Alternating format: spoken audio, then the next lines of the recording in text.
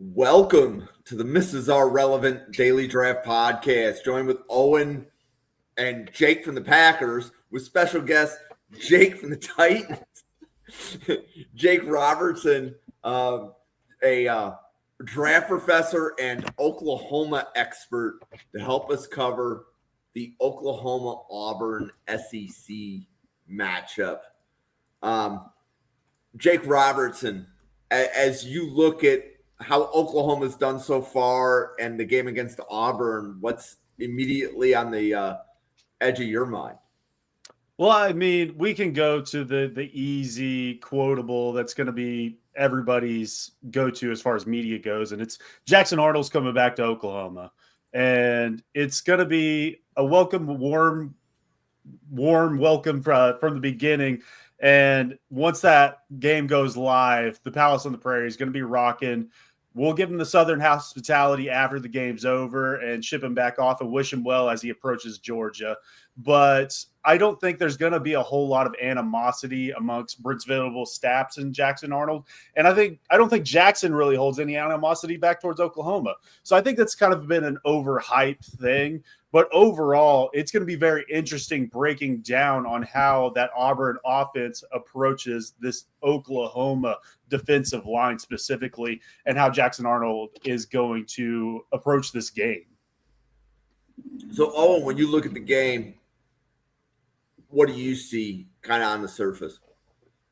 I see two teams that have a ton of upcoming NFL draft talent on them specifically. So it's going to be a game full of high leverage plays, and I think that there's going to be a lot of players that we can touch on and talk about in this podcast specifically that we can look at to see if they're going to perform well. I don't know if there's any one specific matchup, kind of like what Jake was diving into, where I'm looking for as like a theme throughout the game. I more so have some individual players and I'm excited to see how they perform, especially against other high-level talent.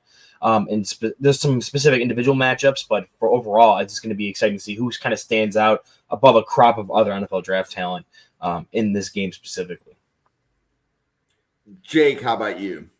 Splash plays. I think we're going to see a lot of them. I think if especially if your kind of eyes are away from the ball, even a little bit too, and your eye can certainly be on the ball for these quarterbacks when you talk about splash plays, but I think there will be plenty away from the ball that you can look at, especially up and down the offensive and defensive lines, right? You're going to see, some heavy hands from some of the folks on both sides of the football that I think are going to be really interesting to watch in some of these matchups. So, yeah, and of course some big plays, from some receiving threats that I think we'll be discussing heavily throughout the show. Okay, and I think Jake Robertson did a really good job at talking about there's two quarterbacks in this game that have draft prospects. Maybe it's 2027 and not 2026, but we have Jackson Arnold and John Mateer. How do you stack the two quarterbacks up right now? There's a reason Jackson Arnold didn't play in this game last year, and it was because he was benched at that point in time. He came back and led a good game against Alabama, and we saw that. But I saw the stat earlier today. The highest passing total Jackson Arnold has had against an SEC team in a win was 68 total passing yards, and that was against Alabama. He has the physical talent. He has his entire career. He's a 7-on-7 quarterback at this point in time, though. When bullets start flying, he turns into potato. He hasn't done it this year for Auburn, so you're hoping that he's improved in that right. But I've still seen, even going back to the Baylor game, there's certain points in times where even when he's reading those RPO reads, he might make the wrong decision, but look out because he's talented. So when you approach that and you go, okay, last year, obviously, he did not have these weapons. You didn't have a Cam Coleman and Eric Singleton. You just didn't. You were down your starting 6 wide receivers, and you were on your 12th rotation of offensive line. So that's what you're hoping to see improvement with, and hopefully the Jimmies and Joes can match the X's and O's a little bit more over there for the Auburn Tigers. But the unfortunate part is when he was going up against this Oklahoma defense, even in practice in spring and fall ball last year, he was getting dismantled. Half of the like Oklahoma social media team clips that they were putting out were interceptions to the defense, but they wouldn't even show who the quarterback was, because going back to Hugh Freeze in this offseason, you're talking about confidence for Jackson Arnold, something that's just been dismantled over the course of his collegiate career. You're looking to continue to bring that back. So I think the noise is going to be a little bit for him in this game. And then you flap over to John Mateer. When we're talking NFL draft prospect, we might be looking at this year. I know there's the talk of his eligibility. He can come back, and I get that. But, I mean, you look at the Heisman frontrunner right now, and it's John Mateer, and you look back at the past, I think you go back to 2020. I think every single player that has won the Heisman declared that year, barring Jameis Winston, who was a freshman when he won it, so he didn't have that ability. There's only been 3 players that didn't go in the first round that following year. And I would anticipate if John Mateer wins the Heisman, which could happen, he would declare, and he would probably be a first-round pick, and he's going to continue to grow that stock. And just like Jackson Arnold, when we're talking intangibles that he's lacking, John Mateer's got tenfold. I mean, he's Baker Mayfield reincarnate when you look at him, but he's got that 500-plus pound squat like Jalen Hurts had at Oklahoma. So it's very interesting. At the same time, I know we talked about when we covered the Michigan game, I still don't know if John Mateer's a true NFL draft caliber player. I think he's still probably a better college player than he will be in the pros, but he is turning lots of heads, and you're going to hope to see if we continue that this week as we enter SEC play. So Jake, how do you stack up Jackson Arnold, John Mateer? Yeah, I think John Mateer has an obvious advantage. I think when it comes to, talent and kind of demeanor playing the quarterback position, I think Jake kind of hit on it nicely of like, for sometimes Arnold was making those mistakes. Even last week, there were a couple of them where it's like, yeah, but the offensive line's got a couple studs and they can just kind of, they can kind of take care of a quote unquote mistake because, I think the talent level, the delta between the two was probably maybe a little bit bigger than some were expecting perhaps, but like it was clearly showing there. And when it comes to Mateer, yeah, I mean, it's hard not to, when you see an Oklahoma helmet on, gravitate towards Baker Mayfield and watching Mateer kind of evade pressure by kind of, squatting down, reducing that surface area, kind of how Baker did it. You saw it in the Houston game on Monday where, it's a 4th down and he's just able to squeak away. And Mateer has some of that to his game. And yeah, when you look at him throwing, right, the arm angles, right, challenging windows, right, some flashes of anticipatory play, and all of that, you kind of get still some Mayfield vibes. There's some Cam Ward vibes in there because, of course, was there with him as an understudy for, I believe, multiple seasons. And there is some like peak Will Grier, I think, also in the game when you watch it of like, he sees something, he's going to make the play, and he doesn't have to set the feet perfectly, right? I go back to I think the Grier touchdown. It might have been against Oklahoma State when he was at West Virginia, of just kind of like drop back, is kind of running forward to the line of scrimmage, and the feet are kind of parallel to the the line of scrimmage, and it just drops a throw in the bucket. And a couple of great throws in that Michigan game where it's just opposite to the field, whole shot to cover 2, like the one backed up against their own end zone. Exceptional throw, and just knowing he can do it. So like there is that level of excellent confidence that he plays with. The twitch is really good, right? You see him have that heightened level of like escapability when he plays. And yeah, he's obviously a rushing threat. Like he is extremely exciting.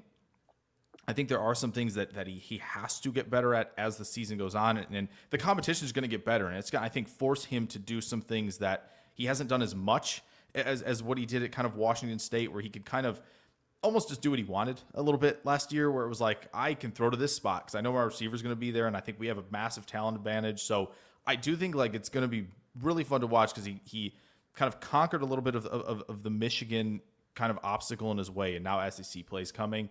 So I am now fascinated to see where Mateer goes from here. And Owen, how do you see the 2 quarterbacks in this game? Yeah, so Arnold is a bit of a blind spot for me.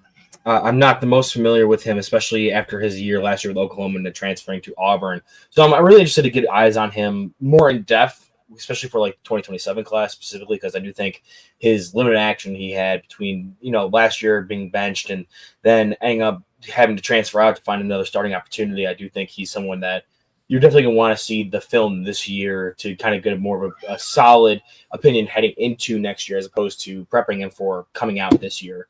So I'm interested, especially in like a game like this against SEC competition, where you're going to get like his biggest test so far, where he's going against a ton of NFL talent on that Oklahoma defense. We can get into that in a little bit. But he's going to be a guy that I think we're going to gauge how he really is as a legitimate prospect coming in this game and the next few games they're going to be playing, especially with how much talent he has with him on the offense in Auburn. So I do think that is going to be the situation with him. When it comes to Mateer, I thought I was going to be in the minority on here about Mateer, because I said before we did the Oklahoma preview for this channel a month or so back, and I saw a lot of, and this is going to be a blasphemous thing to say, but at Washington State, a lot of like Johnny Manziel to Mateer's game, where like he's got that athleticism, he's got the arm talent, but like he's just playing backyard football. And I just wasn't a big fan of it. Now, in the games I've caught this year of Oklahoma, just a live feed of it, especially the Michigan game, he definitely seems to be playing with a bit more of that rhythm and decisiveness, anticipation that I didn't really see a ton of at Washington State. Where at Washington State, he kind of just went out there and did what he had to do, because he is this athletic quarterback who can squat a ton, has a rocket arm, and can really put the ball out and lay it out wherever he wants to with some weird arm angles. Like, he has all this raw talent. And I didn't think Washington State was really attempting to wrangle him in and trying to mold him more into an NFL draft prospect. They were more so just letting him go out there and be him and let them win games, whether they ride with it or not. Whereas now at Oklahoma, I think he's in more of a system where they're looking to transfer him into being more of an NFL quarterback prospect. And they're looking to refine some of those different elements of his game to make their team come a whole, because that whole operation is just more geared towards pro prospect development and overall just being that like more high-end SEC level team. So I do think you see the reflection of Mateer's move to a team like Oklahoma from a team like Washington State. There still is a ton of that in him, that the stallion that needs to be tamed. And you get that at times, especially with like some of the more easy, simple rhythm throws. I was especially watching some of the reps of Deion Burke against Michigan. You see some of the big time plays when like, especially that like there was a specific shot down the sideline. I think it was against cover 2 where he was able to fit it in there and drop it in for Burke. But at the same time, his first target of the game was a simple slant route where he had 8 yards cushion and it was totally to the outside of his shoulder, had no chance of catching it. So like there's some of those plays where the simple ones, planted, rip it real quick, flag a route, let him know like you're throwing this ball here, the look is giving you it, and hit it in stride, misses it badly. But then when he's asked to thread the needle on these deeper passes or extend plays and get it to your more creative playmakers, he's able to do that, and that's where he feels more comfortable. So for me, as an NFL pro prospect evaluation, I think I'm going to wait till the end of the year and kind of do a summation. I'm going to have to watch a ton of John Mateer games. There's a lot of players, especially through Oklahoma. Like I did this a lot with Spencer Rattler throughout his process of coming out. I watched like 7, 8, 9 games of these guys, because a lot of times you're watching them for one season or a couple games and you're like, okay, that's not really something that's going to translate well. In the other games, you're like, okay, I can clearly see where the translatable traits are here. So I need to get a full picture of him. But as where I stand right now, I think I'm coming off of my harsher stance I had on him at Washington State, but I'm still not there where people are having him be like the 5th overall player in the class or going in the top 10 in the first round kind of thing. I think that hype needs to build more once the season ends and we get a full picture of how this full season at Oklahoma went. Okay, so I think the quarterbacks are always a good place to start, but there's probably a couple of top 50 players on the defensive line for both teams. Jake Robertson, who do you think is right now, as you've looked at the players in this matchup, which defensive linemen do you think are graded highest for you? Oh, it's easy and it's far above and beyond Keldrick Falk. The dude is an absolute fucking menace out there, especially in the run game. He is dynamic. I'm used to watching Tennessee on Sundays, and Jeffrey Simmons, he slimmed down this year, and they put him out at the edge from time to time. That's what Keldrick Falk reminds me of. They kick him inside, they kick him outside, super powerful hands. The pass rush repertoire is still kind of working into it. He allows tackles and guards to get into his chest far too easy.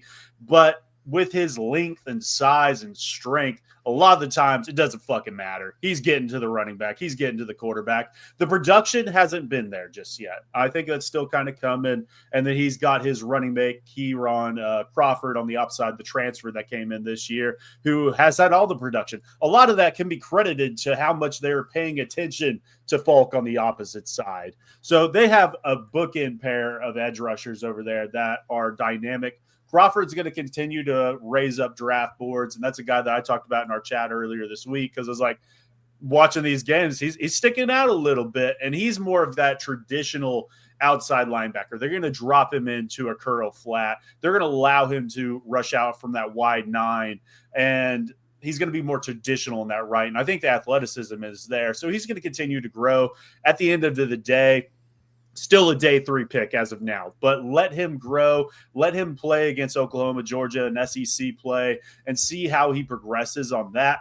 It's very unfortunate for Oklahoma in this game because they're going to be missing their number 1 edge rusher, R. Mason Thomas, for the first half. And I feel like this is just karma for the Jayshon Barham suspension we had 2 weeks ago, where when we talked about it on the podcast, it was like, hey, it's not right. Let the guys play football. And then this is a very similar hit. The appeal was declined as of yesterday. He will miss the first half.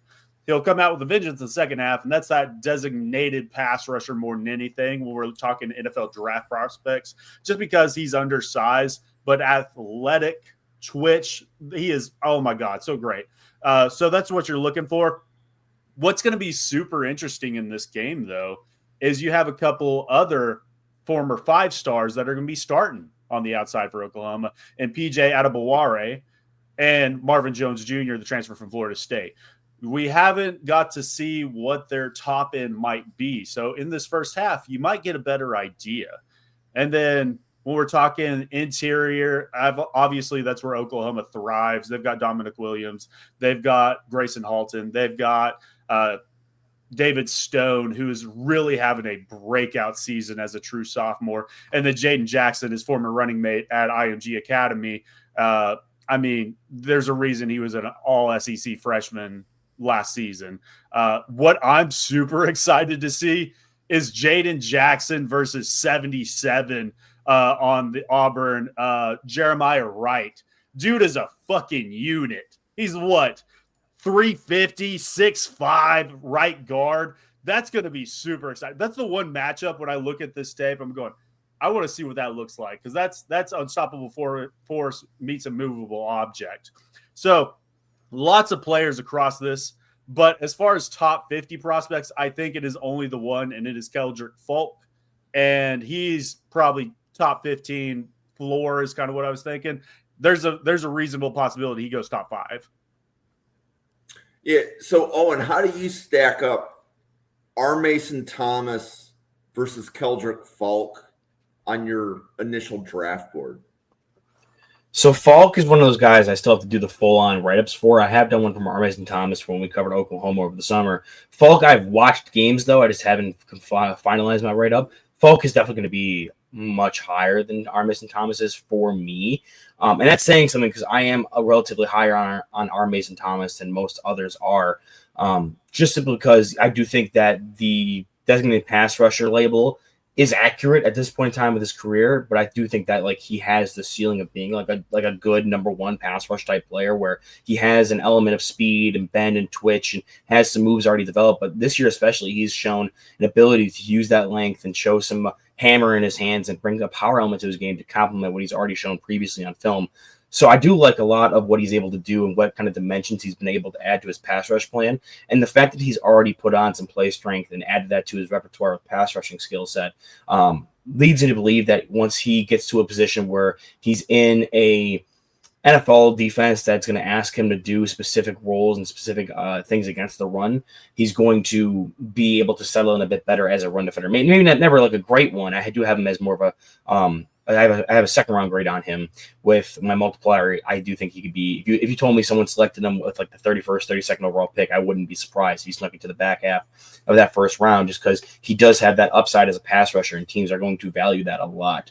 But I do think he is someone that I'm relatively higher on. Falk is just someone that, between measurables, athletic upside, and the fact that he reminds me a lot of, in not in the way that they're the same player because they win in different ways, but kind of like a Tyree Wilson the year he came out when the Raiders selected him 7th overall, where it's just this absolute unit of a player where he checks all the boxes measurable wise, athleticism wise, that you want to see, but it needs a bit more refinement. Like, he's able to go out there and win at this level with what he's at because he has all those different traits and things that NFL teams covet and are rare. He's going to be a combine king.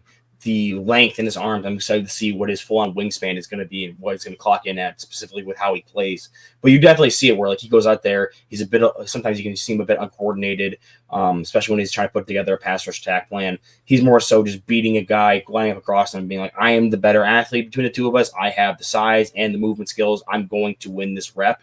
And then he does, because he is able to just dominate with those specific skills. Whereas in the NFL, you need to kind of put together with some technique stuff to be a more every down player. I'm not surprised he's so high on my board, because I do think at a level, even in the NFL, there are tiers of athlete. So he definitely can come in, and if used in the correct role initially, can be an impact player from the get-go.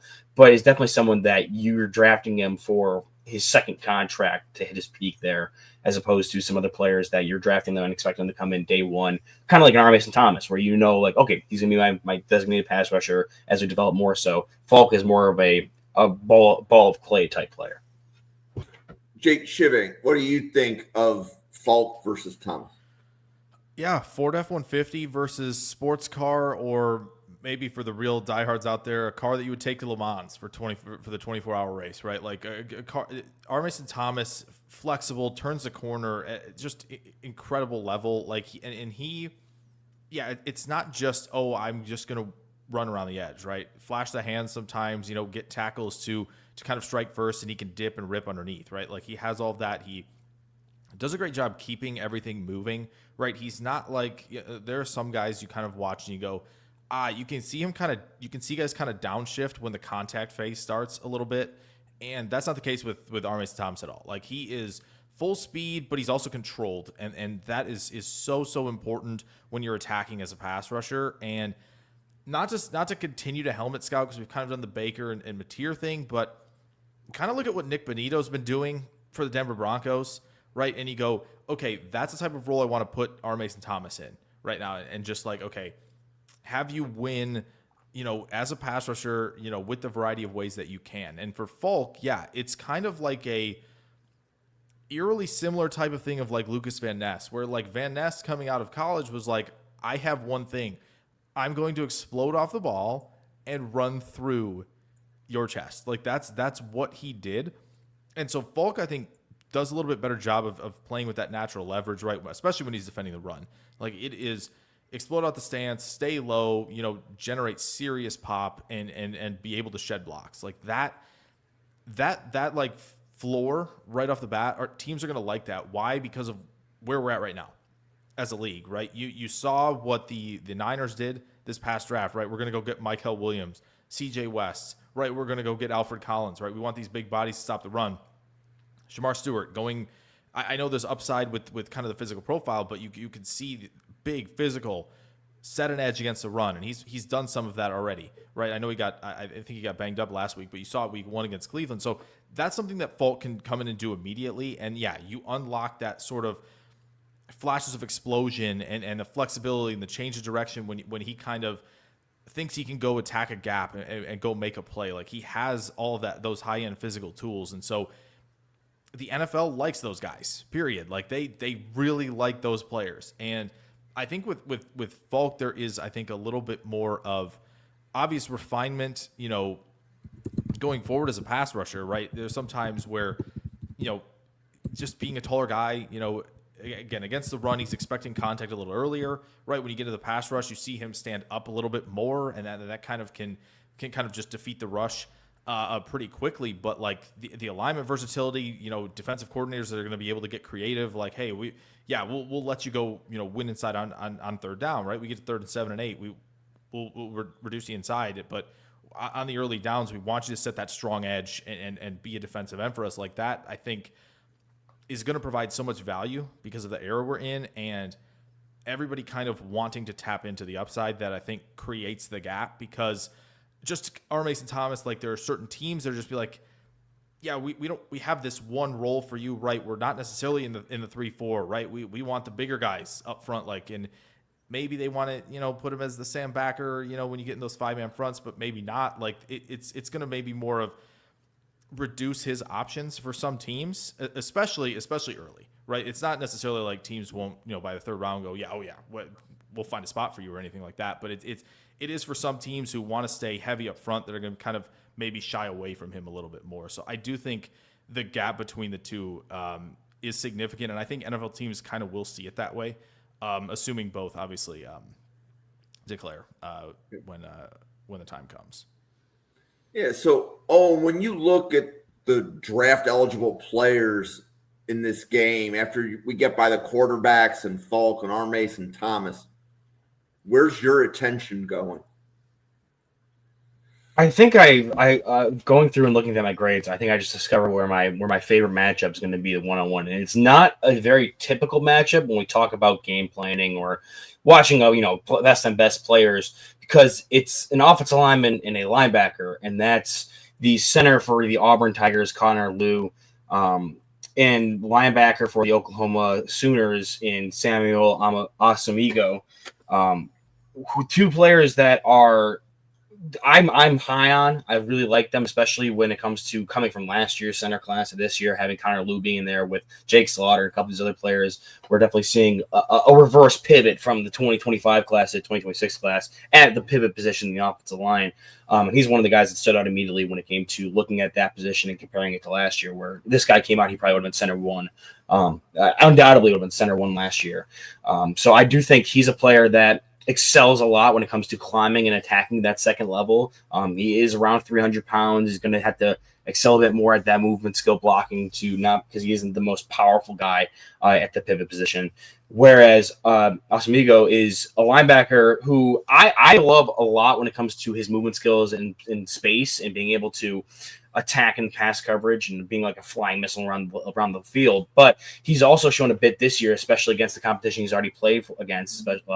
He's been able to grow and develop a bit more as a block shedder, taking on blocks, especially when they come to him at the second level, meeting them on their climb and then coming off and making the tackle. So I want to see continued growth from the linebacker specifically, but at the same time, he's going against a player that I feel like his strengths lie in climbing to that second level and being one of the better blockers in the interior in this class. So you have this key dynamic where it's going to be, can Auburn establish a second level blocking presence against a team in Oklahoma that has good second level defenders that are going to be able to avoid and attack those blockers. So I do think that there's going to be an interesting matchup there when it comes to designing the run game and how they can attack it. There's going to be more inside zone or more outside zone where they're trying to attack and get those linebackers moving and allow their interior linemen like Lew to climb up to that second level and make some cutoff blocks. And that's how they're going to attack it. Or if they're going to avoid that middle of the defense altogether if Lew isn't able to handle Asamigo.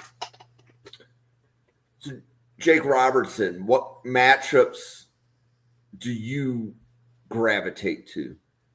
I mean, I kind of put out the one that I think is by far what I'll be watching, and that's Jeremiah Wright versus Jaden Jackson out there.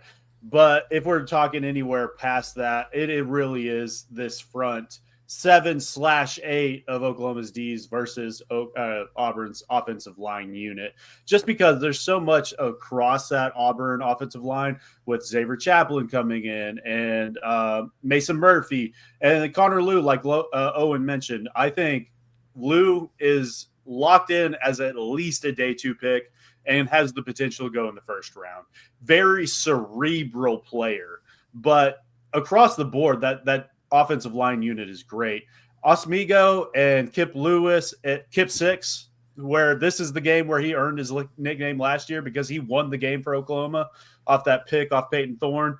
But you got those two. You've got a lot of rotation amongst that linebacker unit that you'll see in this game because they'll be stacking the box trying to force Auburn to throw the football.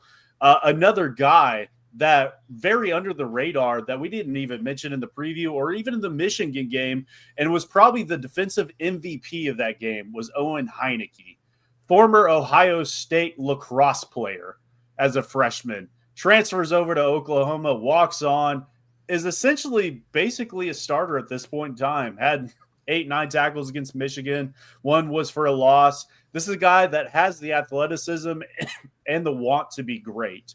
So I'm very interested to see how they kind of throw him out there because they're going to be blitzing every single down. 6 players are coming every single play against Jackson Arnold and going to try to force him to hold that ball and throw it to wherever he needs to. So those 5-star edges versus these tackles, this defensive line rotation, Owen Heineke, Kip Lewis, and that whole crew. It's going to be fun to watch those units just go up against each other. It's not a specific matchup. It's a whole unit across the board. Jake Shiving, what do you gravitate to after you get by the edges and the quarterbacks? Yeah, I think both Jake and Owen have really highlighted well the offensive line and the defensive line battle. And I think that's going to be so important because of the playmakers Auburn has. I know, can't talk about him yet. We're not in 2027 talk yet, but Cam Coleman, of course. But Eric Singleton as well, right? There are 2 dynamic playmakers that I think Oklahoma would prefer not to create kind of what I was talking about at the top of, like, see these splash plays, right? And so a lot of that is going to have to be these 5 stars and R. Mason Thomas when he comes back in the second half of, like, trying to get to guys like Chaplin, who Chaplin's really physical, right? Extremely bought into the idea of trying to destroy the person across from him, which is excellent. But he has to hone that aggressiveness in, right? And that's in both phases. And I think that's where he gets into trouble, right? You get a little aggressive, you get out over the skis, right? You lose a little bit of balance, and suddenly this isn't an opening game anymore. This is SEC football, and if you're off balance, there's enough talent that are going to take advantage of it. And love the highlighting Lou, because I think he and Jake even kind of brought up how cerebral he is. Like, you watch him kind of before everything begins, right? Signals, right? Pointing things out, right? Kind of making sure the protection's in the right spot when they're in those situations. Like, he is very clearly in control, pre-snap, which is really, really exciting to watch. And then you watch the flexibility, you watch change direction, you watch him, it almost sometimes feels like he's teleporting across the field, when he's got to pick stuff up late in pass protection. It's really, really impressive to see. And he's got a bit of that nasty finishing attitude as well, as well as obviously Chaplin does. But I think that kind of feeds into, like, can Auburn get Eric Singleton the ball in a variety of ways, right? Like, can they, utilize that third gear that he's got, right? You've seen him play with the third gear, but also it's really fun to watch Singleton, like, make plays, above the rim, because he just doesn't play like a small guy, right? He elevates for the football, and it's really, really coordinated when he's doing so, right? He is jumping up and through. He's not drifting, right? He is making sure that he is composed when he's landing, and that's either outside the numbers, running down the field, in the red zone, by the side, all of that stuff. Like, he is extremely coordinated in the air and does not fear contact. So, yeah, a lot of what happens up front is going to kind of dictate if Auburn is able to create some of those splash plays, because as Jake said, I can't imagine, as he already said, like, if they're not going to be blitzing Jackson Arnold to see if that, see if he can speed up his process, which I think is to be determined. Very much so at this point, right, in his career. So I'm excited to see guys like Singleton make plays with the ball in their hands as well. So if we look at the wide receivers in this game, I see 2 that are draft eligible. I had to scroll further down. There's 5 that are draft eligible. Is Deion Burks the only day 1 or day 2 wide receiver in this game? Or does anybody here think Eric Singleton can make his way into day 2? I 100% think Singleton can make his way into day two, and I'd probably have him already ranked there at this point in time. The body control, I love it. He reminds me very similar to like Amon-Ra St. Brown coming out. He just kind of glides across the field. I don't think he's ever going to be a field stretcher. I also think he's kind of hamstrung at this point in time by his offense. But at the end of the day, I think this is an NFL caliber starting player, and he might kick into the slot at the next level and be more productive. But I think he can be kind of that chess piece where you can move him inside out. I would like to see a couple more reps against press coverage and see how he kind of anticipates that. Does he have the strength to play through that contact? But at the end of the day, I think he does as of right now. I just want to see a little bit more of it. And fortunate for us, we will get to see that. So as of right now, I would have him probably as a third round grade, but he has the potential to move into the second round. I wouldn't have a problem with that at all. Yeah, you say that, Jim. Like, I don't already have Eric Singleton ahead of Deion Burks and as my wide receiver 4 in this class. But that's not saying much with how tightly knit a lot of these receiver grades I have are. But for me, well, just looking at the Singleton versus Burks, that was also the next area I wanted to go on to. So I'm glad you brought that up. These are both players that I think are going to succeed in the NFL or be targeted in similar ways for NFL offenses, where they are more slot type bodies. Singleton has a bit more size to him than a Burks does, but they both have explosive plays in their toolkit. Singleton was used a ton with the ball in his hands at Georgia Tech, and is now being able to kind of open up a bit more in this Auburn offense than he was in that Georgia Tech offense, just because of what they were trying to establish there, as opposed to what Auburn is looking to do is a bit more of a more open offensive scheme. With Burks, it's more so I'm a bit worried about his size with being 5'8", sub 170. I think some places had him listed as. And he's just definitely got that lack of size on film. Like, you can definitely tell he is not the biggest guy, but he does have that twitch. He does have, and I thought I was relatively high on him too. I also have him with a day 2 grade. He's just more in the third round bucket than what I have with Singleton. And I think what differentiates them is kind of what Jake touched on, which was Singleton, despite being a slot body, kind of smaller type player, you have to bring something different to that level. Like, you can have as much athleticism as you want, but your sizes impact you at some point. But the fact that he has the amount of body control and adjustment to balls down the field, I think is what separates him from other kind of more slot type wide receivers. Whereas Deion Burks, I think, fits more so into like a higher end, explosive, big play slot type player, similar to what Singleton is, but doesn't have that defining trait outside of that typical what you'd expect from that type of player. So I think Deion Burks is much more like, he's a good player, like a really good explosive slot, but he's a lot more of the generic version where it's like, okay, we see one of these guys every year in that position. Whereas Singleton, he's a lot more creative, explosive, has that extra oomph to his game that you don't really see a lot in that. Like, I see a lot of kind of not the greatest comp 1-to-1, but like when I watched him, my first thoughts were like Luther Burden from last year, where he's a guy who you see used all over, but you're like, oh, he's probably going to be a slot, but like, you can get the ball in his hands, he can be very explosive. So I do think that he is a player that brings a little bit something extra. So I have him currently ranked where I do because of that. So I need to apologize then for how I introed. So this is the 4th time I think we've covered Auburn. This is the first group that has Eric Singleton day 2. So really? Thank you. Yeah, I'm surprised by that. I just learned something. Right. So there were a lot of people that said he has the potential to get there, but nobody really had him there. So I stand corrected. That was my mistake. But Jake Shivink, where are you on the wide receivers here? Yeah, because I kind of mentioned Singleton and like how he can play above the rim, jump up and through, like all that stuff's really good. And I think I think Burks is kind of in that same vein of like, generate explosive plays with him. I think there's a bit more craftsmanship to his game. However, I think the size is kind of a limiting factor for him because you don't see him use it as much. But I think still another player who aware, control near the sideline, like he has some of that, but then obviously, there's some twitch, there's some, big playability with the ball in his hands as well as Singleton. And I think like both can do, I would say, a bit better. Obviously I think working on stem contact seems to be a problem. I think especially last year's class, you kind of watch guys, when stem contact was presented to them that they didn't really have an answer. And I think these guys are two that can still work on that as well.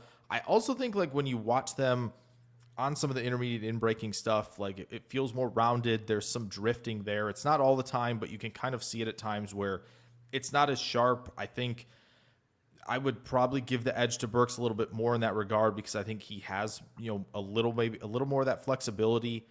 Whereas I think Singleton, that flexibility shows up more on the vertical plane rather than kind of these intermediate in-out breaking stuff. But I do think both can kind of improve, especially in that area because when I'm looking for the receivers, you want to see guys who are 3-level threats, right? You want to see them be able to win throughout that route tree and it not necessarily just be vertical plane players. There always are going to be those guys and they are useful, but it's always nice to have players who can do everything. And so seeing kind of that improvement from both, I think is the biggest thing I'm looking for going forward and definitely something to be watching in this game. Although, the broadcasts can't always see those things. You kind of have to wait for them to make a big play beforehand, so you might have to wait on that. But it is something I want to see from both of these guys a little bit more. But I would say I would probably, just because of kind of what we've talked about of the way he plays in some tighter spots where the windows get tight, there's a little more physicality. I would definitely lean Singleton as well in the rankings. Okay. So Jake Robertson, any other draft eligible players that you want to shout out, either their name or their matchup or something about them?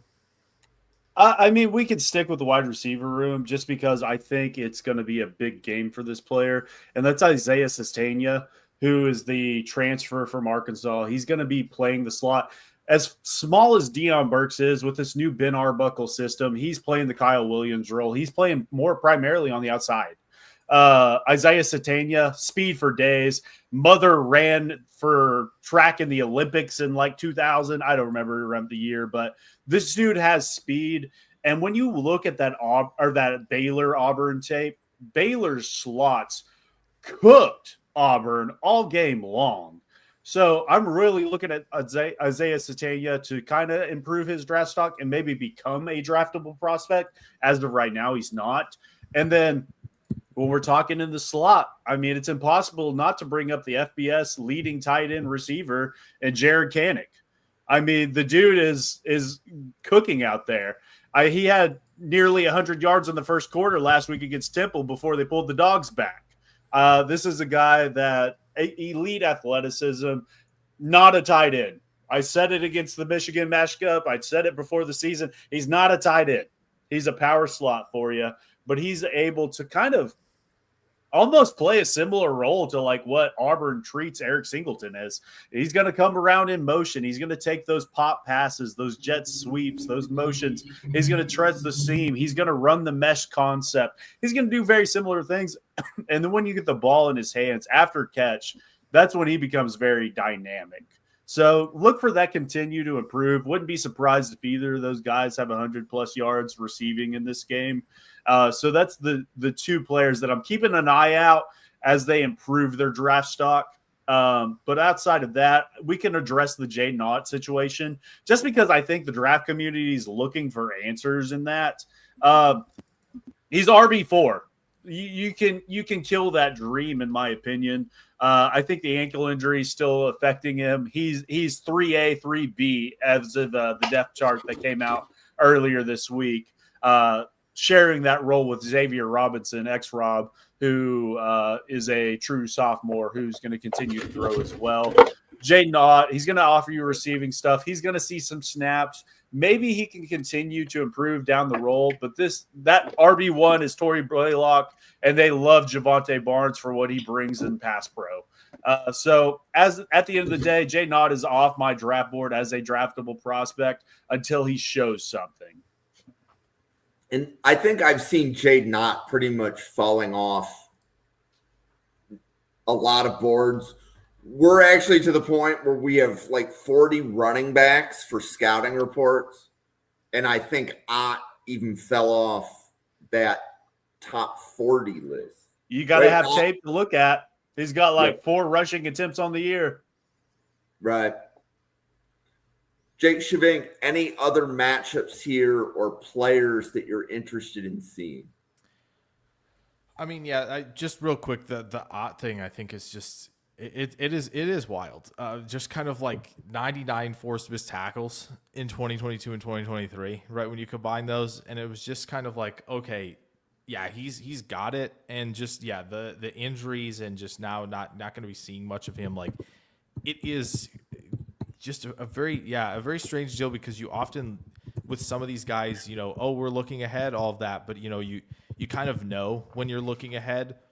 I think a lot of people saw it with Thibodeau really quickly, right, at Oregon, just making plays as a freshman. You go, yep, got it. Jeremiah Smith last year, I'm sure we're going to be talking about heavily. It's just it is kind of strange with some of these guys of like, whoa, like it is just truly just dropping off the radar at a rate that you don't often see. Now, I know there are high recruits, and sometimes they struggle to get going, and you don't really see a bunch from them immediately. But this was kind of like jump to the forefront of the scene when it comes to like, okay, potentially 25, definitely 26, we'll see. And it's like he has gone basically to nothing. It is truly wild to see that. I think the other one, like, maybe not a matchup, but there was an edge rusher I wanted to get to as well. From Oklahoma, I think Jake did mention his name. Adebawore.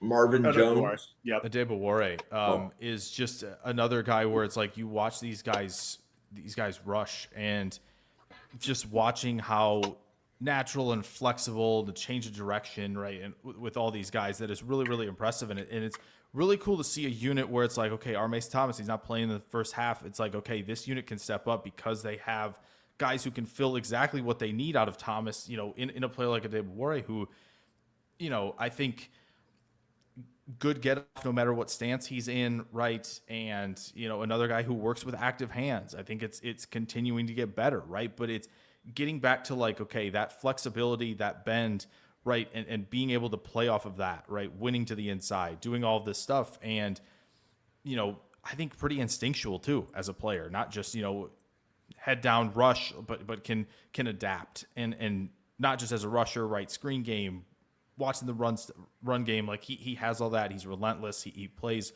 super, super hard as well. Like I am really interested to kind of get that advanced look, because we're not going to see Thomas, for the first 30 minutes of this thing, and to watch somebody like Adebawore get hopefully some really good reps out there against, again, quality competition, which we're starting to see now as conference play really gets underway. So I am excited to see how Adebawore kind of tackles this as the kind of the 30-minute countdown starts for Thomas when the ball's kicked off.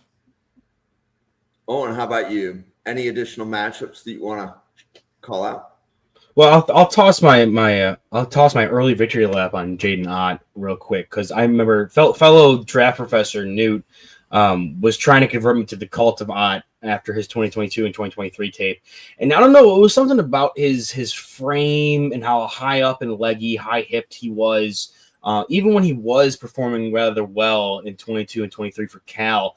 I just never really saw all that, like what people were trying to sell me on. So I had him as of currently speaking, I haven't graded anything of him playing at Oklahoma. This is all based off his Cal tape. Of 17 running backs I have graded, he was running back 16, only above Chip Trayanum from Toledo. And of 134 players I have full write-ups on, he's 131. And with the position multiplier, he is like the lowest 7th round grade I could give before we get to UDFA status. So, and I do think, to be honest with you, I do think he gets drafted.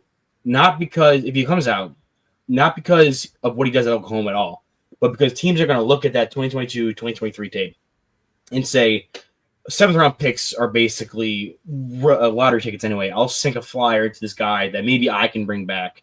That's that old film there. Like, if I'm going to be drafting a running back anyway, that could be a guy that, like, I can just see them I can picture the day 3 draft coverage. His highlights come up and they're like, we have to remind you, this is from 2 to 3 years ago, but this is what he looked like, and this is what they're banking on for that upside.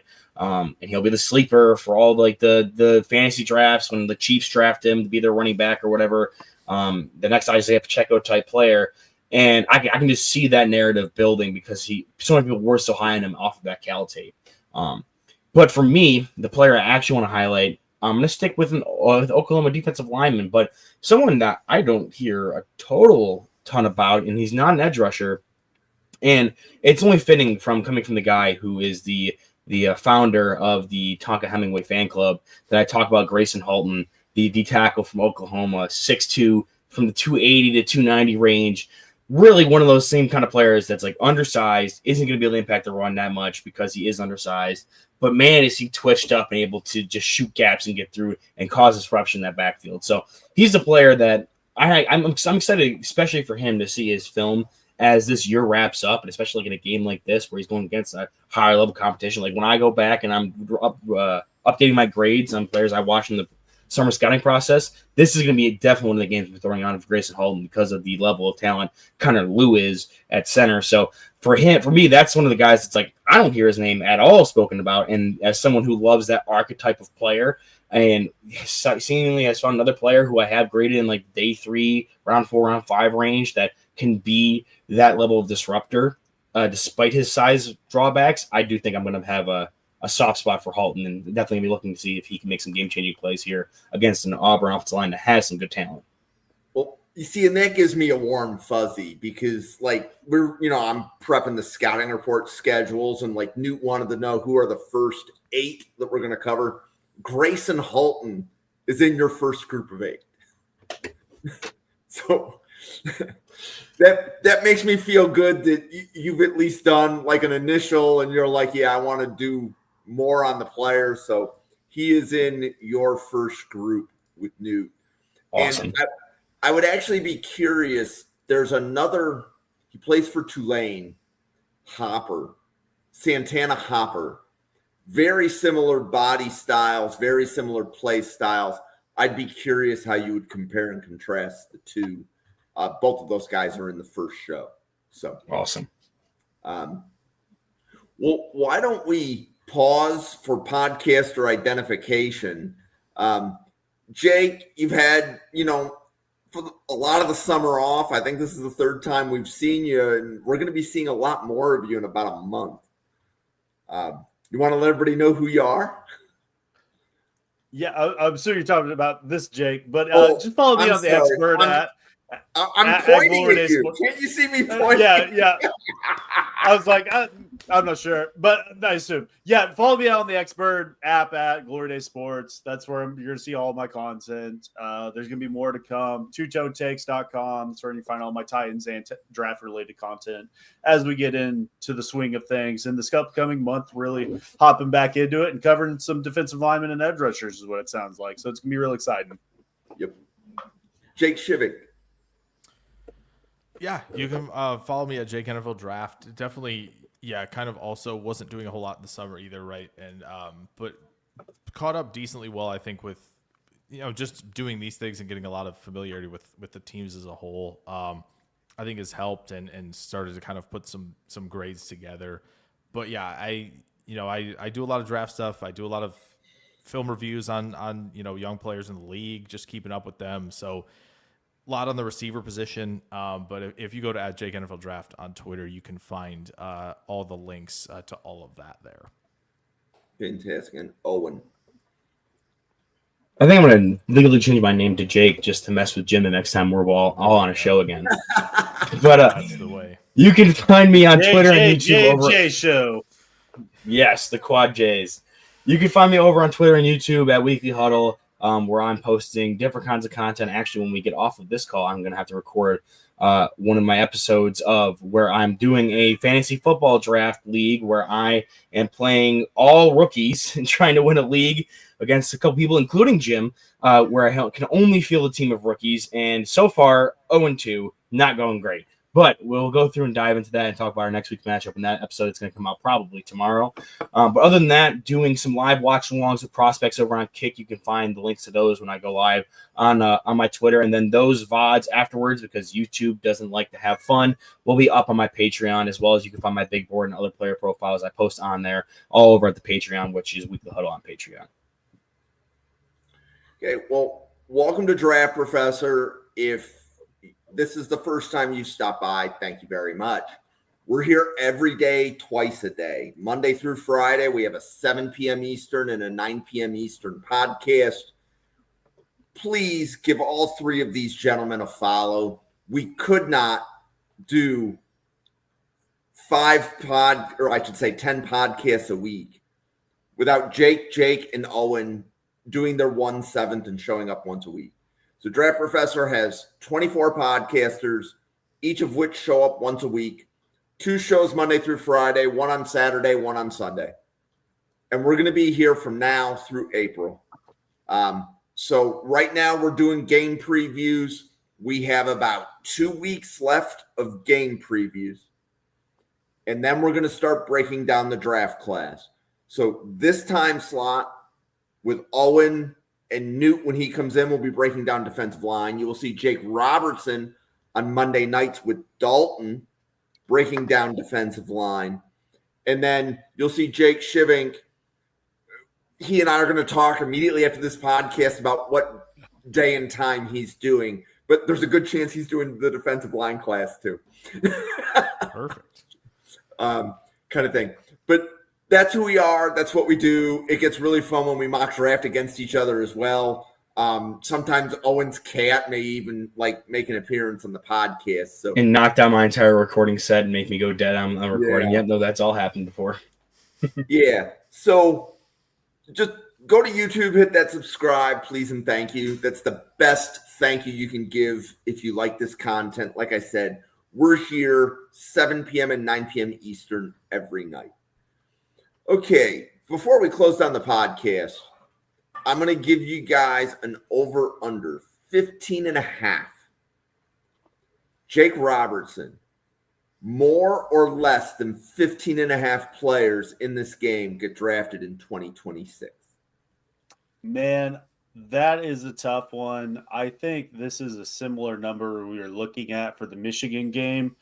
I believe Michigan has more draftable prospects than what Auburn has to bring to the table. So I think I'm going to go with the under here because I went with the over in that game.